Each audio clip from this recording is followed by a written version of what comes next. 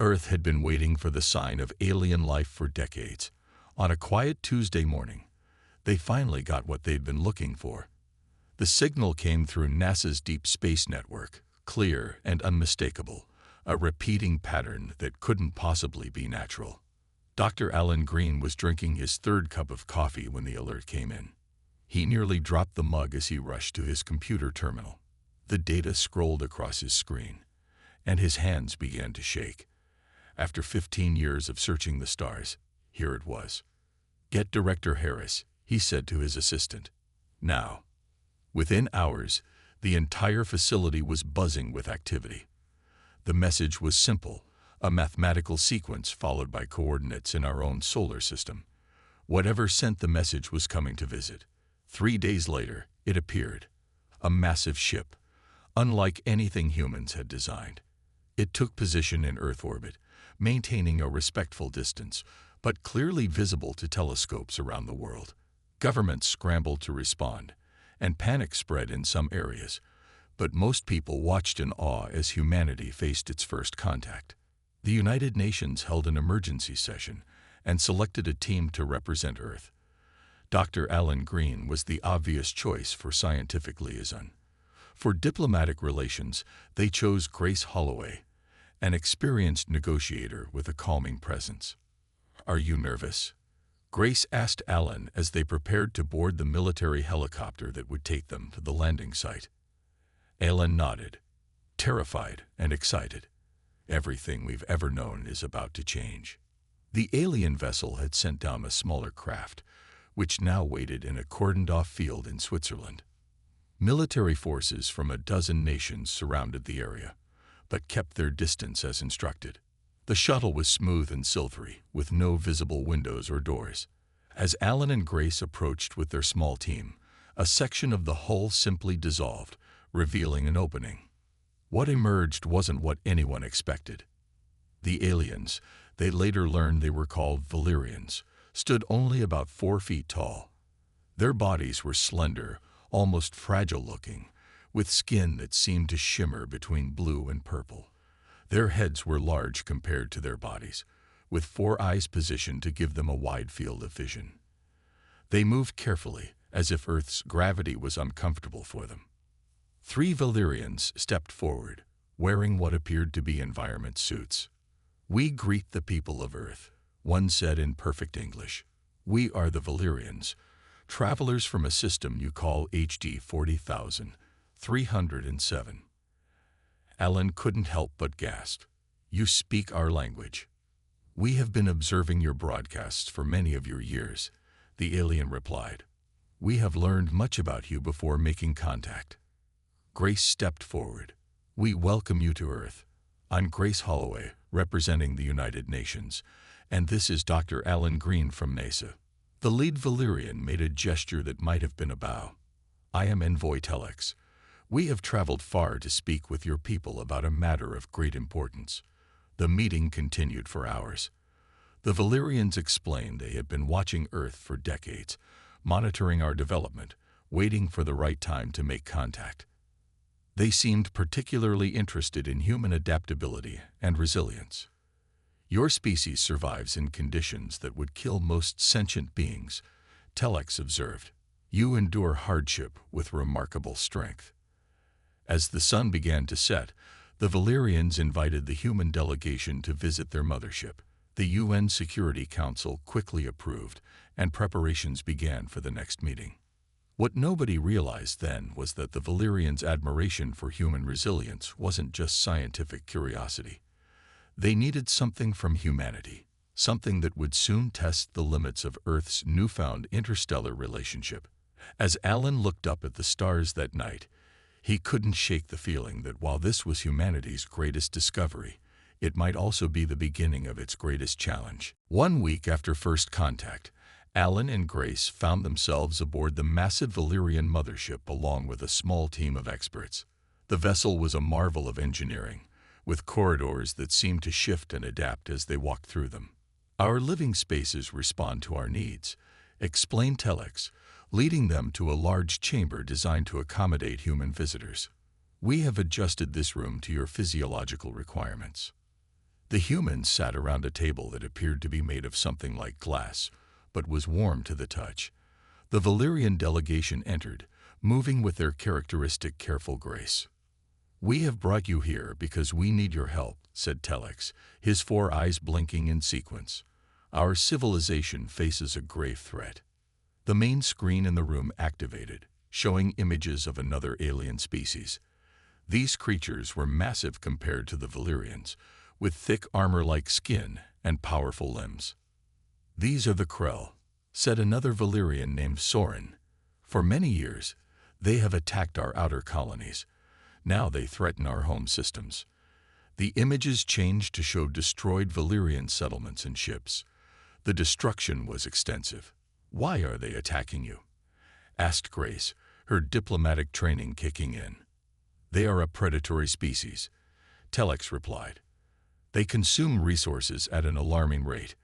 When they deplete one system, they move to another." Alan studied the images carefully. "And you want our help against them. We're far less advanced than you are." "Technologically, yes," Soren admitted. "But you possess something we lack: physical resilience and combat instinct. Our people are scientists and explorers. We avoided physical conflict for so long that we lost the ability to defend ourselves effectively." The truth of the request hung in the air. The Valyrians wanted human soldiers to fight their war. General Frank Pearson, the military representative on the team, leaned forward. "You're asking us to send our people to die for your cause." "We would provide advanced technology in exchange," Telex said quickly. "Medical advances that would eliminate most human disease. Clean energy solutions, faster than light travel." The offer was tempting. Such technology could solve Earth's greatest problems overnight. 2 days later, back on Earth, the UN Security Council met in emergency session. Representatives from every nation argued passionately about the Valyrian proposal. "This could be the greatest opportunity in human history," said the representative from Japan. "The technology they offer could end poverty and climate change. Or it could drag us into a war we know nothing about," countered the delegate from Kenya. "We would be mercenaries for an alien race." The debate raged across the planet. Some saw opportunity, others saw exploitation. Religious leaders questioned the moral implications of an interstellar war. Military experts debated whether humans could even fight effectively in space. In his apartment in Washington, D.C., Alan reviewed the data the Valyrians had shared. Something didn't add up. The Krell's attack patterns seemed oddly specific, targeting particular Valyrian installations rather than simply destroying everything in their path. His phone rang. It was Grace. "You need to see this," she said without greeting. "I've been going through the cultural database they gave us. The Valyrians have made contact with other species before us." "That's not surprising," Alan replied. "No, but what happened to those species is, they all ended up in conflicts with the Krell. Some of them went extinct." Alan felt a chill run down his spine. "You think the Valyrians are using us? Like they used others?" "I don't know," Grace said. "But before we commit to anything, we need to learn more about what really happened between the Valyrians and the Krell." As Earth's governments continued to debate, a smaller mission was quietly approved. Captain William Carter and Dr. Olivia Martinez would join a cultural exchange program and secretly investigate what the Valyrians might be hiding. Captain William Carter hadn't expected to find himself on an alien mothership when he woke up on New Year's Day. Yet here he was, 3 months later, walking through corridors that seemed to breathe, alongside beings from another star system. "Your vessel design is remarkable," he said to Soren, who had become something of a guide to the human delegation. "I've never seen materials that respond to thought." "The ship is semi-conscious," Soren explained. "Not truly alive, but aware in a simple way. It makes adjustments based on the needs of those inside." Carter nodded, making mental notes. His official role was military liaison, but his real mission was to assess Valyrian combat capabilities. So far, he'd seen impressive technology, but little in the way of weapons or defenses. Across the ship, Dr. Olivia Martinez was having a similar experience in the medical bay. The Valyrians had allowed her to study their physiology, a tremendous honor, they said, and one never before granted to another species. Your respiratory system is fascinating, she told the Valyrian physician, Nayla. Your lungs extract oxygen far more efficiently than ours. A necessity, Nayla replied. Our homeworld has a thinner atmosphere than Earth, but our bodies are fragile compared to yours. Martinez carefully examined the medical scans. The Valyrians had hollow bones, similar to Earthbirds. Their muscle density was roughly half that of humans. Their skin was thin and highly sensitive. You're built for intelligence, not physical strength, Martinez observed. Yes, over millennia, we evolved to think rather than fight. It served us well, until the Krell arrived. Martinez noticed something on the scan. Your adrenal system is almost non-existent. Do you experience fear, fight or flight responses? Nayla hesitated before answering. We experience anxiety, but not the kind of immediate physical response you humans have. When threatened, we freeze. It is our greatest weakness against the Krell. Later that day, Carter and Martinez met in their shared quarters to compare notes. They have almost no natural defenses, Martinez said quietly, wary of possible listening devices. Their bodies would break under the stresses our soldiers routinely endure. Carter nodded. And their weapons technology is advanced but limited. They have amazing shields and energy systems, but few actual weapons. It's like they never developed the concept of attacking. That matches their physiology. They literally can't fight effectively, Martinez said. But something doesn't add up. How do they become the dominant species on their world without any defensive adaptations? A chime sounded, indicating someone at their door. It slid open to reveal Telex. I hope I am not interrupting, the Valyrian said. We have prepared for your visit to Valyria Prime. The transport leaves tomorrow. The journey to the Valyrian homeworld took 3 days in their fastest ship, still an impressive feat considering the distance.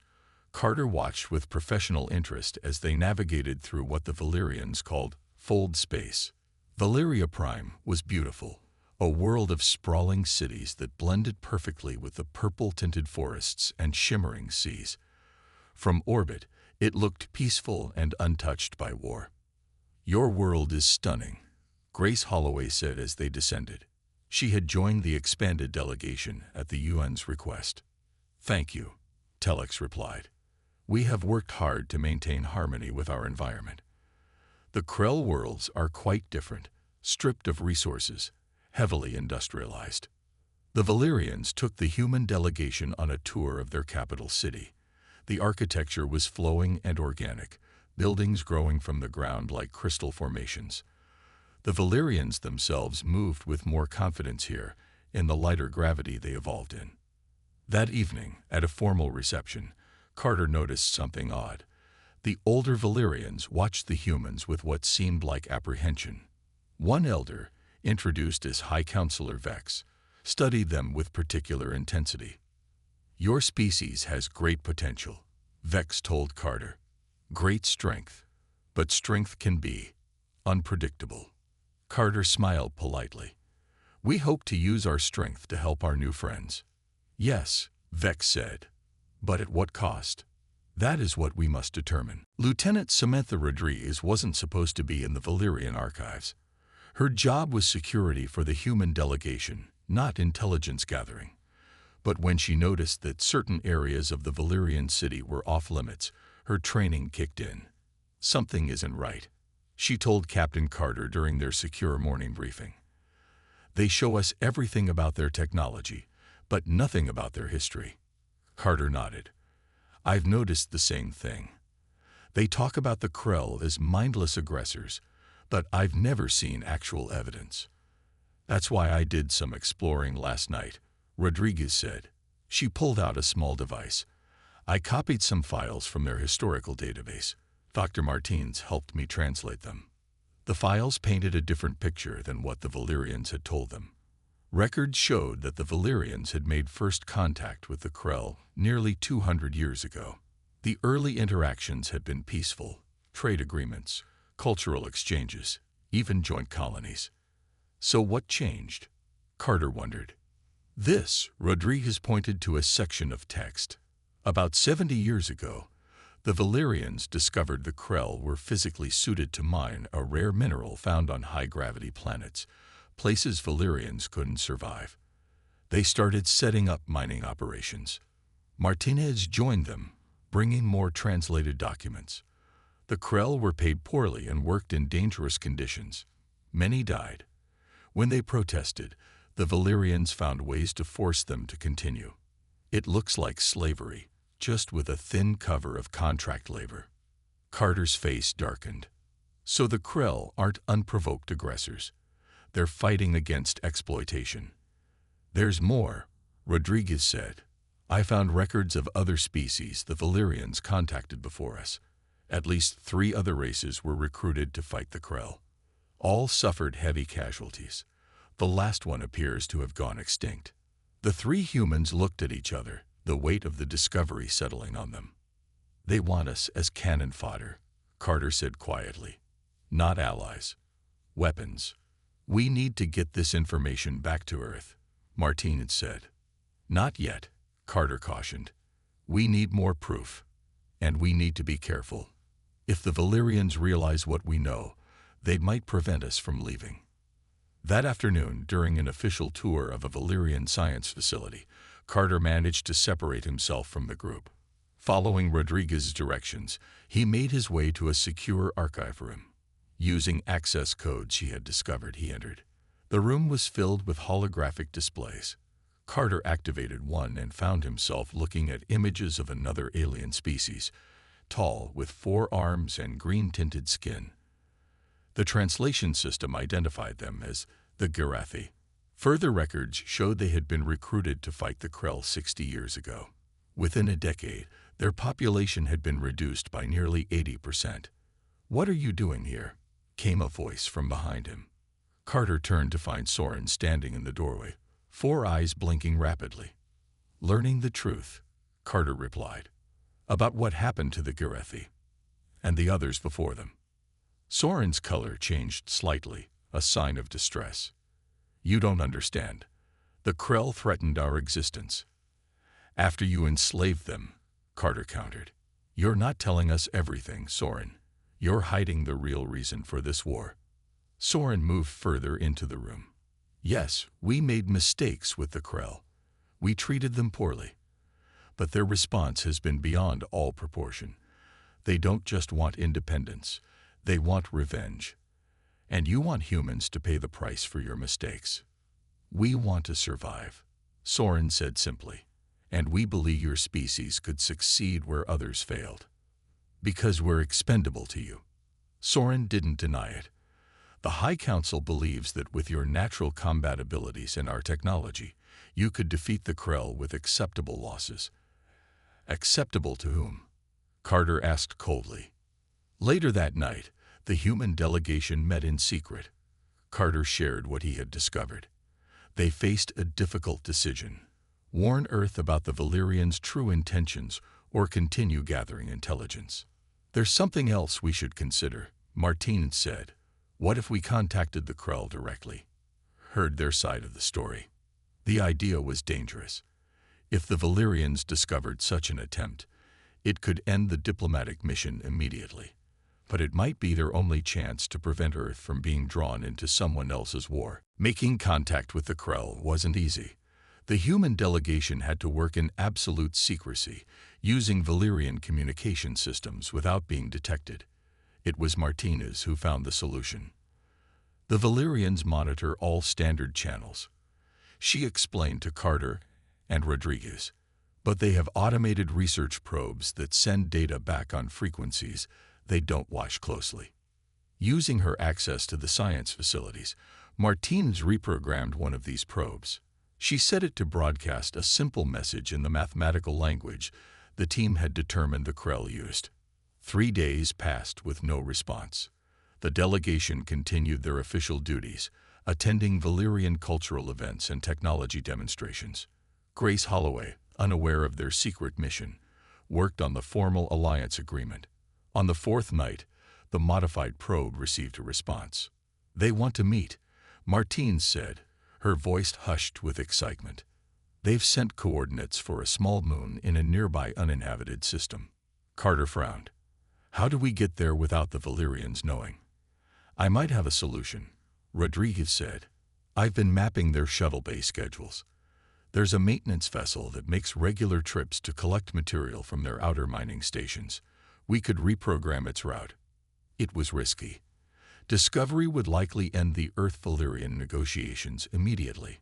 But the alternative, allowing Earth to be pulled into a war based on lies, was worse. 2 days later, Carter, Martinez, and Rodriguez slipped away during a tour of the Valyrian orbital station. Using the access codes Rodriguez had obtained, they boarded the maintenance shuttle and launched before anyone noticed. The journey to the meeting point took 6 hours. As they approached, they saw a Krell vessel already waiting, dark and angular, a stark contrast to the flowing lines of Valyrian design. "They're scanning us," Rodriguez reported, watching the shuttle systems. A voice came through the communication system, deep and rumbling, speaking through what must have been a translation device.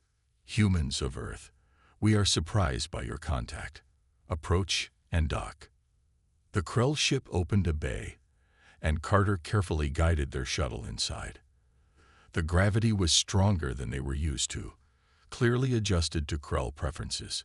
When the airlock opened, the humans got their first look at a Krell. The alien stood nearly 8 feet tall, with thick limbs and a broad chest. Its skin was indeed armor-like, segmented in places like an insect. 4 eyes, similar to the Valyrians but set deeper in a protective ridge, studied them carefully. "I am Drakthor, secondary commander of the Krell defense fleet," the alien said. Its mouth moved differently than the translated words, creating an unsettling effect. "Why have representatives of Earth sought this meeting?" Carter stepped forward. "We want to hear your side of the conflict with the Valyrians. We've been asked to join their war against you, but we found evidence that their account is incomplete." Drakthor made a rumbling sound that might have been a laugh. "Incomplete. Yes, the Valyrians excel at selective truth." The Krell moved to a large display screen. "Let me show you the reality they hide." The images were disturbing. Krell working in mines with clearly inadequate safety equipment, Valyrian overseers using some kind of energy prod to force compliance, dead Krell being removed from collapsed tunnels. "For 60 of your Earth years, they treated us as tools," Drakthor said. "When we finally rebelled, they turned to other species to fight us.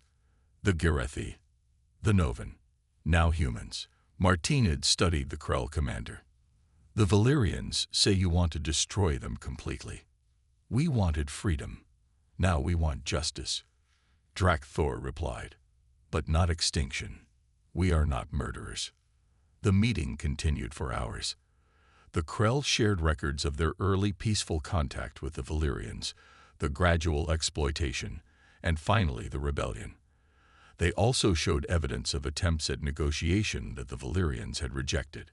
"Why are you telling us this?" Rodriguez asked. "Why not just destroy the Valyrian fleet?" "Because enough have died already," Drakthor said simply, "and because your species has something neither the Krell nor the Valyrians possess." "What's that?" asked Carter. "You understand both strength and compromise. Perhaps you can do what we cannot. Force the Valyrians to the negotiating table." As they prepared to return, Dr. Peter Wilson, who had remained on the Valyrian homeworld, sent an urgent message. "The Valyrians know you're missing. Return immediately or diplomatic relations will be severed." The humans had their evidence, but now they faced a new challenge, explaining their unauthorized mission to both Earth and the Valyrians. The return journey was tense. Carter piloted the shuttle back toward Valyria Prime, while Martinez prepared their evidence, and Rodriguez monitored Valyrian communications. They knew they would face serious consequences, but the truth had to come out. "They've detected us," Rodriguez said as they approached the planet. 6 Valyrian vessels moving to intercept. Carter opened a channel. This is Captain William Carter returning with Lieutenant Rodriguez and Dr. Martinez. We're coming in peacefully. The screen flickered to life, showing Telex. His 4 eyes blinked rapidly in what they now recognize as anger. You have violated our trust, the Valyrian said. You left our world without permission and made contact with our enemies. We needed to verify information, Carter replied calmly. As representatives of Earth, we have a duty to understand the full situation before committing to any alliance. Land at the designated coordinates immediately, Telex ordered. The screen went dark. When they landed, they were met by Galerian security forces and Grace Holloway, whose expression showed both relief and anger. What were you thinking? She demanded as they were escorted to a meeting chamber. You've put the entire diplomatic mission at risk. We had to know the truth, Martine said, handing Holloway a data device. Everything is here. The Valyrians haven't been honest with us. The High Council was waiting, along with Dr. Wilson and the rest of the Earth delegation. High Counselor Vex looked particularly disturbed. You have broken our protocols and endangered our people by contacting the Krell, Vex said. All technological offers are now withdrawn. Your delegation will return to Earth immediately. Before we go, Carter said, standing tall despite the heavy gravity, Earth deserves to know what you've been hiding. Martinez activated the evidence they had gathered, projecting images of Krell miners and Valyrian overseers. You enslaved the Krell, she said. Used them to mine resources from worlds you couldn't survive on. When they fought back, you looked for others to fight your battle. The Valyrians didn't deny it. Instead, Vex responded coldly. The Krell were compensated for their work. When they became violent, we had no choice but to defend ourselves. They became violent after decades of exploitation, Rodriguez countered. The meeting deteriorated quickly. The Valyrians insisted the humans leave immediately. All offers of technology were rescinded. Several Earth nations, learning of this through their representatives, began preparing military responses. Some leaders argued that the advanced technology was worth supporting the Valyrians, regardless of the moral questions. Back on Earth, the UN called an emergency session. The evidence from the Krell meeting was presented, but some nations remained unconvinced. We cannot pass up this opportunity, argued the French representative. The technology the Valyrians offer could solve our energy crisis permanently. At what cost? Countered the representative from Brazil. Becoming mercenaries in a war based on exploitation. Daniel Scott, the head of the UN delegation, listened to the arguments with growing concern. Nations were taking sides, with some suggesting direct military support for the Valyrians despite the new evidence. In his apartment, Scott received an unexpected visitor, Dr. Martinez. I didn't come here just to report our findings, she said. I came to propose a solution. She laid out what she and Carter had discussed during their return journey, a radical new approach that might satisfy all parties. It's risky, Scott admitted. Both sides might reject it outright. But if it works, it could prevent a war that might consume 3 civilizations, Martinez said. Scott studied the proposal carefully. We'll need to act quickly. The Valyrians are already approaching other nations individually, offering exclusive technology deals in exchange for military support. That night, Scott made 2 calls, one to Captain Carter, who was meeting with military leaders, and one to the president. By morning, a new initiative was underway.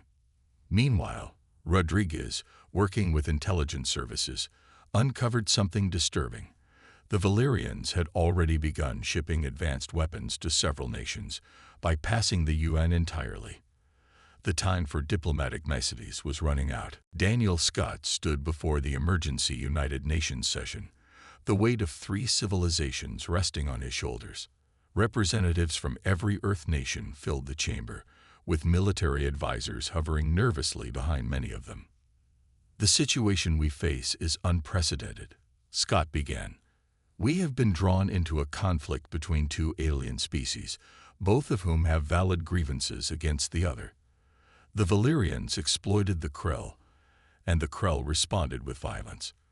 Now both sides seek our involvement for their own purposes. He displayed the evidence Martins and Carter had gathered. Many in the chamber shifted uncomfortably as they saw the conditions the Krell had endured. Several nations have already accepted Valyrian technology in exchange for military support, Scott continued. Others are preparing defensive measures against both species. We stand at the edge of not just an interstellar war, but a divided Earth as well. The Chinese representative stood. What alternative do you propose? The Valyrian technology could solve our energy crisis overnight. I propose a human solution, Scott replied. One that addresses the needs of all parties while preventing further bloodshed. Scott's plan was bold. Earth would offer to host peace negotiations between the Valyrians and Krell on neutral ground. Rather than taking sides, humanity would serve as mediators. We understand both perspectives in a way neither species can, Scott explained. We know what it means to fight for freedom, like the Krell. We also know what it means to advance through technology, like the Valyrians. The debate was heated. Many nations saw immediate benefits in Valyrian technology. Others feared Krell military power. But Scott had one more card to play. Captain Carter will now demonstrate why both species should take our offer seriously. Carter stepped forward and activated a holographic display showing Earth's combined military capabilities. The display had been prepared with help from Rodriguez, highlighting humanity's adaptability and resilience. The Valyrians need us because we can fight in conditions they cannot survive, Carter said. The Krell respect strength above all. Neither wants us as an enemy. Martinez joined him, presenting her biological research. Additionally, I've discovered something remarkable. The genetic structures of all three species are complementary in ways that could lead to medical breakthroughs benefiting everyone. She explained how Valyrian neural patterns, Krell physical resilience, and human adaptability could combine to create treatments for diseases affecting all three species. Cooperation offers more than conflict ever could, she concluded. After hours of debate, the UN voted to approve Scott's plan. Earth would remain neutral but would use its unique position to broker peace. The next challenge was convincing the aliens. Scott sent identical messages to both the Valyrian High Council and the Krell Leadership Assembly. The response was immediate and negative from both sides. We will not sit with those who sought our extinction, High Counselor Vex declared. The Valyrians cannot be trusted to honor any agreement, Drakthor responded. Scott had anticipated this. With approval from the UN Security Council, he implemented the second phase of his plan. Earth announced it would share no technology with either species until peace talks began. Nations that had received Valyrian technology were asked to place it in UN custody. Most complied, recognizing the greater danger of a divided Earth. To show they were serious, Earth's combined space forces conducted a demonstration. Using technology they already possessed, they intercepted and temporarily disabled a Valyrian scout ship without harming its crew. We prefer friendship, Scott told both species, but we will not be manipulated or intimidated. The gambit worked. 3 days later, both the Valyrians and Krell agreed to preliminary talks. The location would be a space station in Earth orbit, neutral ground for all involved. As preparations began, Scott met privately with Carter, Martinez, and Rodriguez. You three started this when you discovered the truth, he said. Now I need you to help finish it. This peace won't be easy to build. What if they're just buying time? Rodriguez asked. Either side could be planning something else. Then we stay vigilant, Carter replied. But this is our best chance to prevent a war none of us can afford. Martinez nodded in agreement. And to show both species that humanity isn't just another tool to be used. We're a partner worth respecting. The first three-way negotiations in galactic history were about to begin, with humanity in a role no one had expected, not conquerors or soldiers, but peacemakers. The space station Unity hung in Earth orbit, specially constructed for the historic negotiations. Inside the main chamber, Representatives from 3 worlds faced each other across a triangular table, symbolic of their equal standing. 6 months had passed since first contact. 6 months of careful preparation, minor crises, and small breakthroughs. Now they had reached the final day of negotiations. Daniel Scott sat between the Valyrian and Krell delegations. Carter stood behind him, while Martins and Rodriguez monitored from a side room. The atmosphere was tense, but no longer hostile. "We have come to the final points of our agreement," Scott said. "Let us review what we've accomplished." The main screen displayed the treaty terms. The Valyrians would acknowledge Krell independence and sovereignty over the worlds they currently inhabited.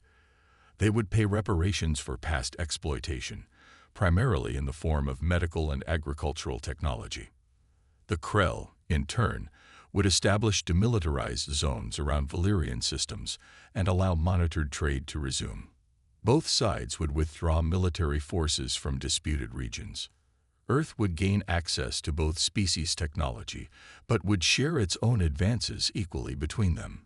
Human mediators would oversee the agreement for 50 years, after which a permanent council of all 3 species would take over.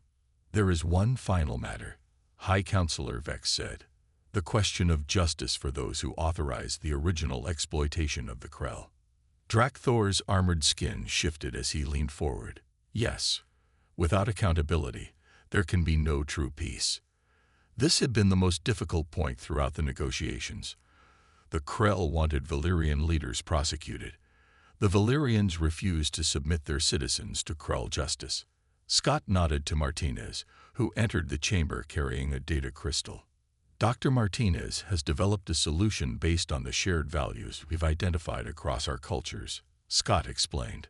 Martinez placed the crystal in the central reader. "This is a proposal for a Truth and Reconciliation Commission. Not a criminal court, but a forum where victims can speak their experiences and perpetrators can acknowledge wrongdoing." She explained how similar approaches had helped heal divisions on Earth after conflicts. The commission would document everything that happened and create a shared historical record all 3 species would acknowledge. Those responsible for exploitation would publicly accept their role, she continued. Rather than punishment, they would work directly on restoration projects benefiting Krell communities. Both alien delegations were silent, considering the proposal. Finally, Drakthor spoke. "It is not our traditional justice, but perhaps a new approach is needed for a new era." Vex's 4 eyes blinked in sequence. "We can accept this compromise." With that final agreement, the treaty was complete. Representatives from all 3 civilizations signed the document, the first interstellar peace accord in human history. As celebrations began, Carter joined Rodriguez at the observation window overlooking Earth. "Did you ever imagine this outcome when we snuck off to meet the Krell?" he asked. Rodriguez shook her head. "I thought we'd be lucky to avoid a war. I never expected to help create a lasting peace."